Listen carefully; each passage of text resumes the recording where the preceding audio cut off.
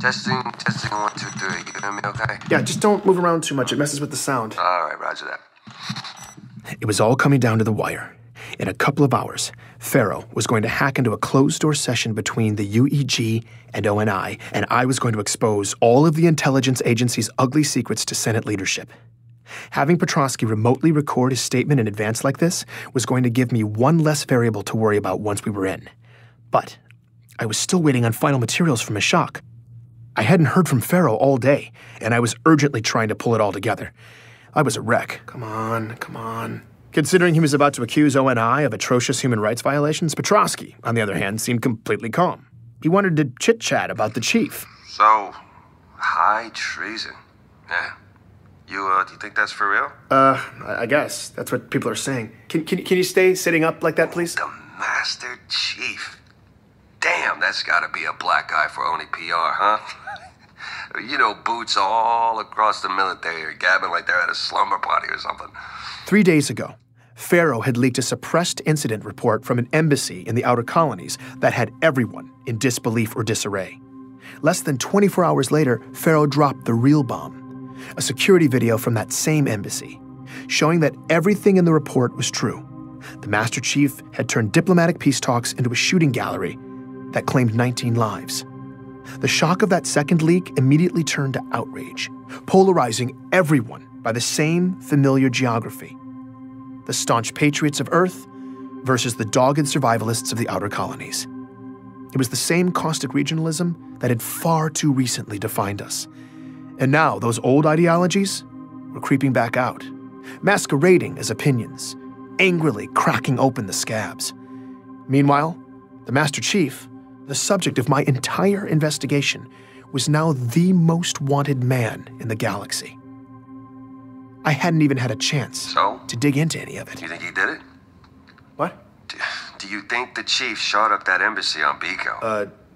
Maybe he finally went nuts. Maybe he thinks we're still fighting insurrectionist guerrillas or something. I don't know. But, man, working for the Covenant? Oh, that's a stretch, right? I don't know, man. I'm sorry. We just gotta lay this down. All right, roger that. We were running out of time, and I needed Petrosky to focus. I started recording.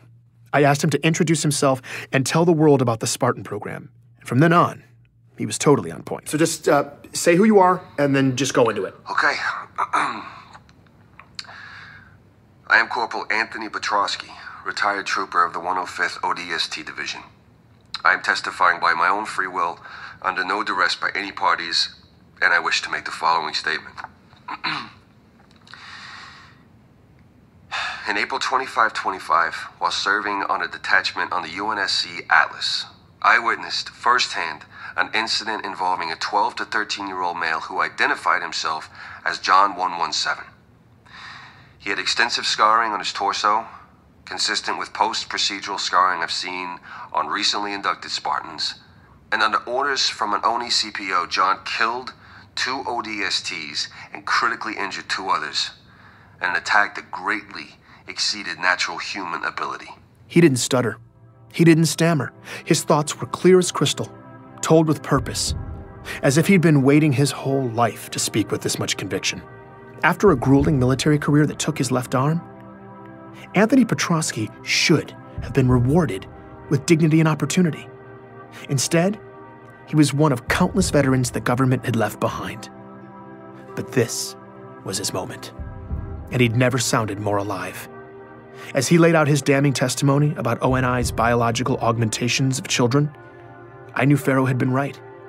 Petrosky's words would humanize this story and persuade even the most jaded senators to listen.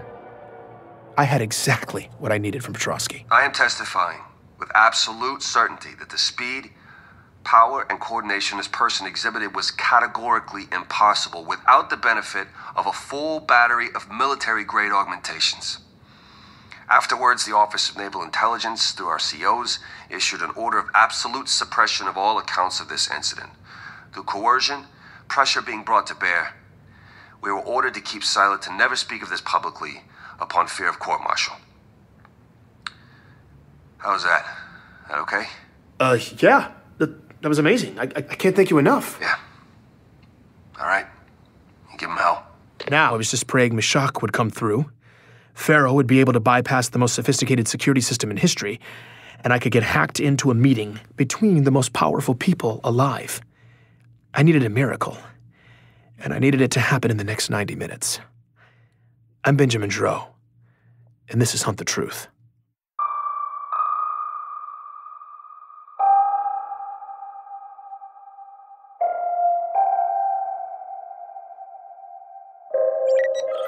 Oh, God, what was I thinking? As I tried and failed repeatedly to get a hold of Meshach, I was trying not to dwell on what my plan had been, particularly because it sounded absurd.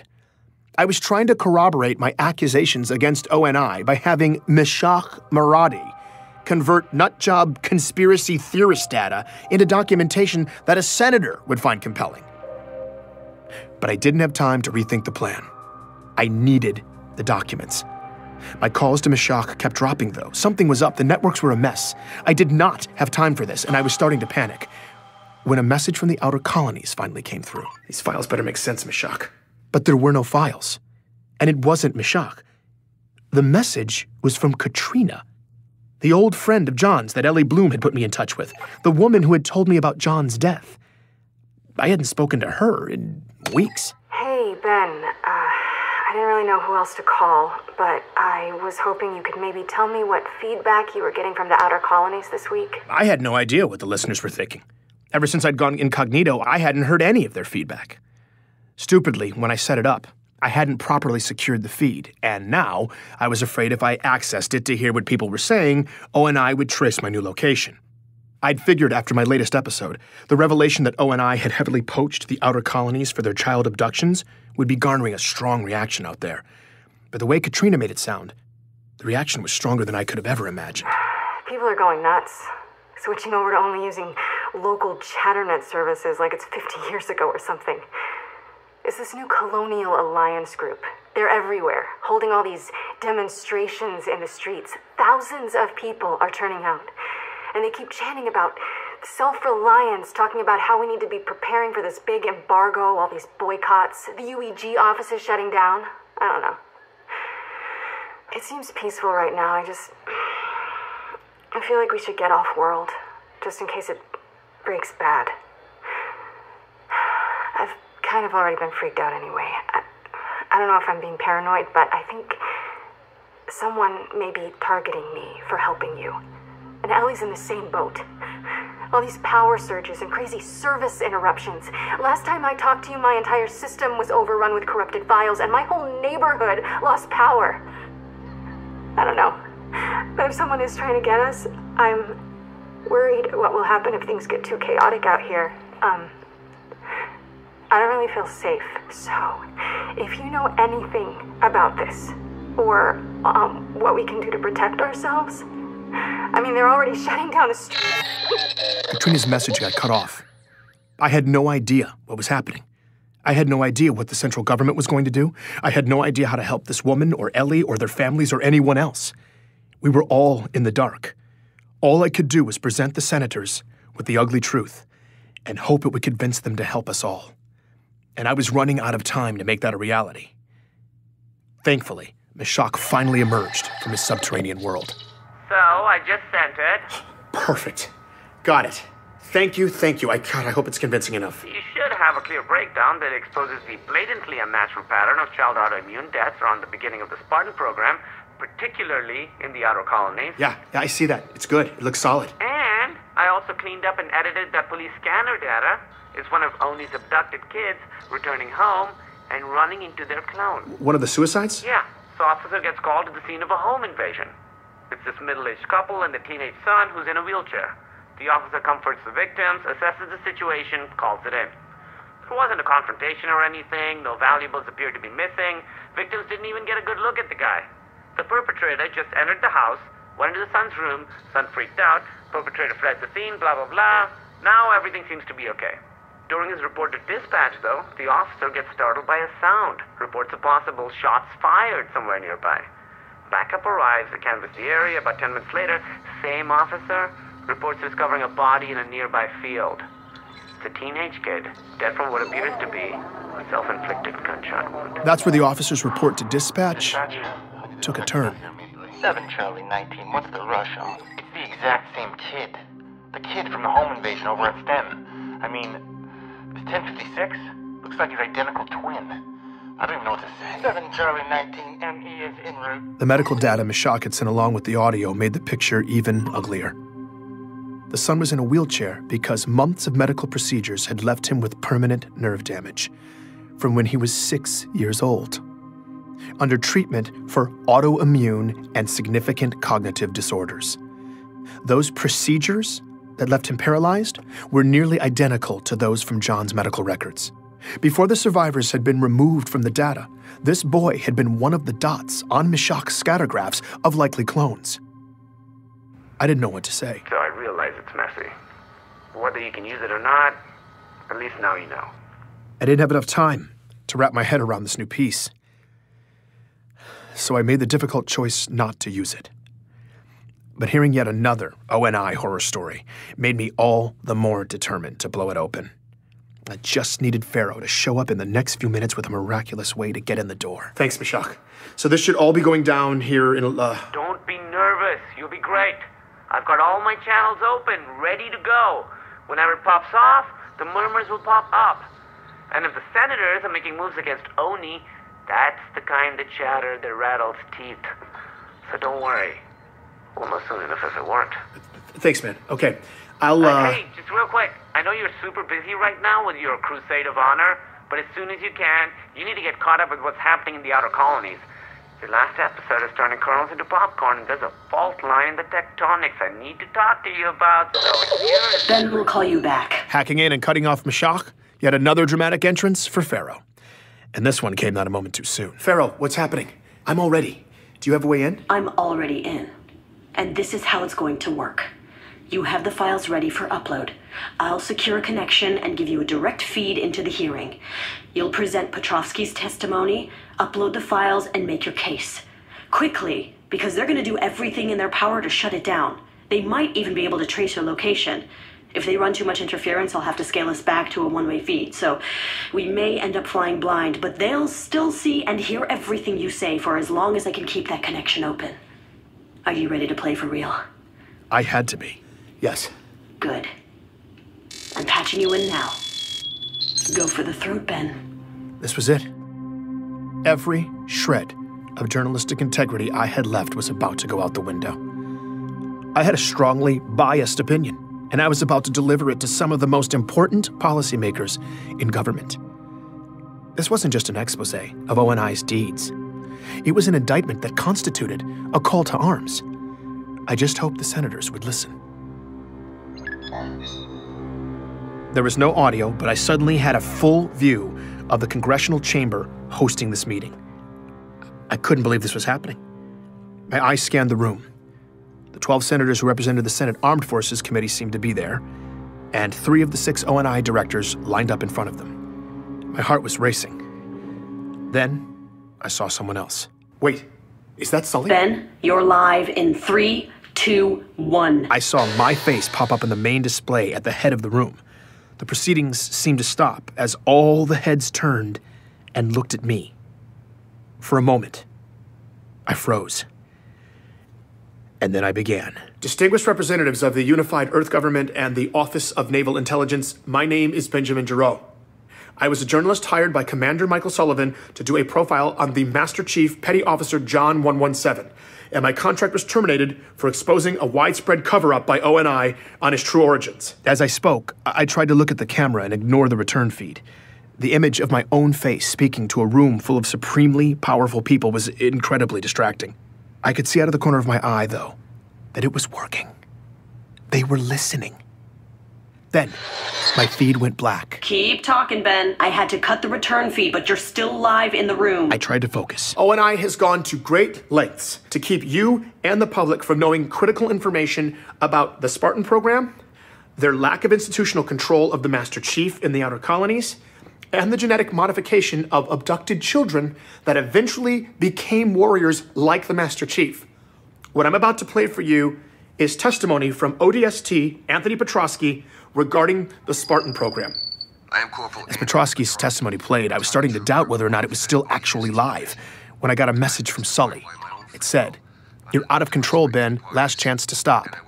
I typed back, "I can't be a party to the crimes you and the rest of ONI have committed. Not anymore. I'm done." There was a brief pause, and he responded, "Yes, you are." My gut sank. But I wasn't going to back down. You're gonna have to finish up quickly, Ben. They're hitting the hack hard. I can't keep it open too much longer. As Petrovsky finished up, I quickly edited my final piece, chopping out any unnecessary language. Then, it was time to bring it home. Senators, for their Spartan program, ONI kidnapped young kids and illegally engineered doomed-to-die clones to replace them. They kept the children as military property, subjecting them to horribly unethical training regimens, and eventually performed dangerous biological augmentations on them while they were still growing. This was how they made the Spartans. Half of these children most likely did not survive. I've provided you with files that corroborate my claims as to these egregious human rights violations. I ask you to review them with an open mind.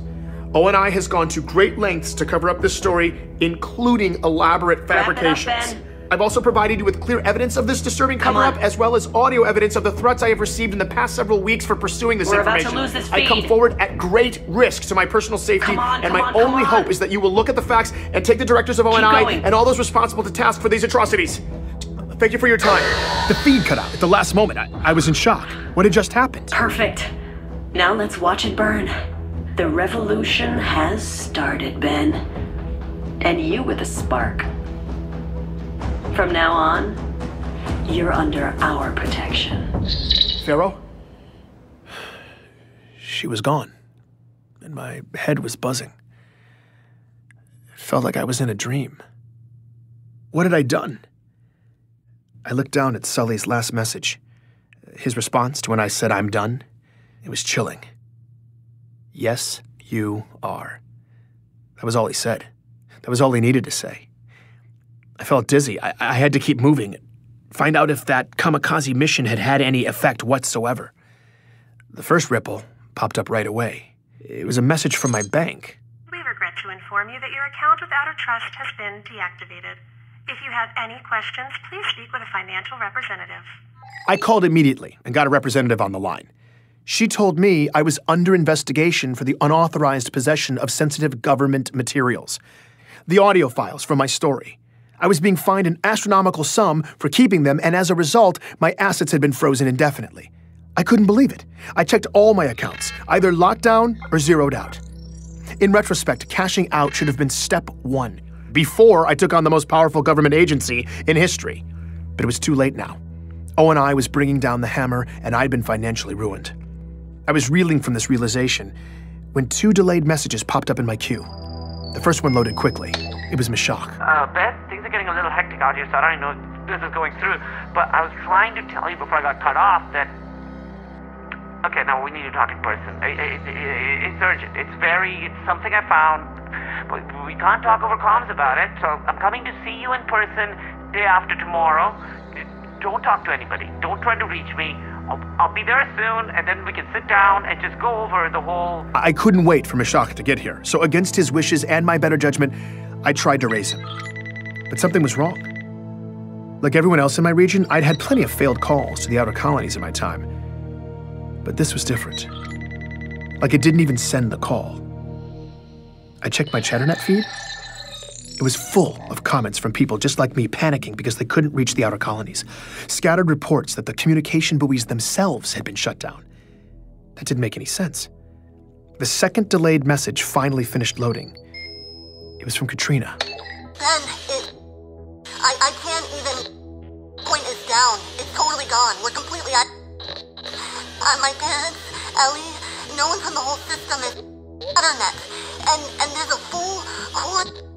Please, if you can tell someone what's happening or get somebody to need help and we need food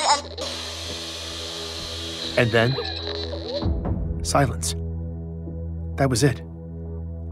I couldn't get through again. No one from the inner colonies could. The outer colonies had been completely cut off. After years of ONI quietly committing atrocities from their high perch, it felt like their phantoms were finally in motion, shifting the landscape with unknown objectives. Somewhere out in the shadows they'd created. I listened to Meshach's message again. Things are getting a little hectic out I here, needed but him to help me sort this out. The idea of sitting here, waiting in that darkness for him, scared the life out of me. I had to be patient. I just had to get through the next 48 hours. But he would never show up. That message was the last time I heard from Meshach Maradi. Please join me for the next episode of Hunt the Truth.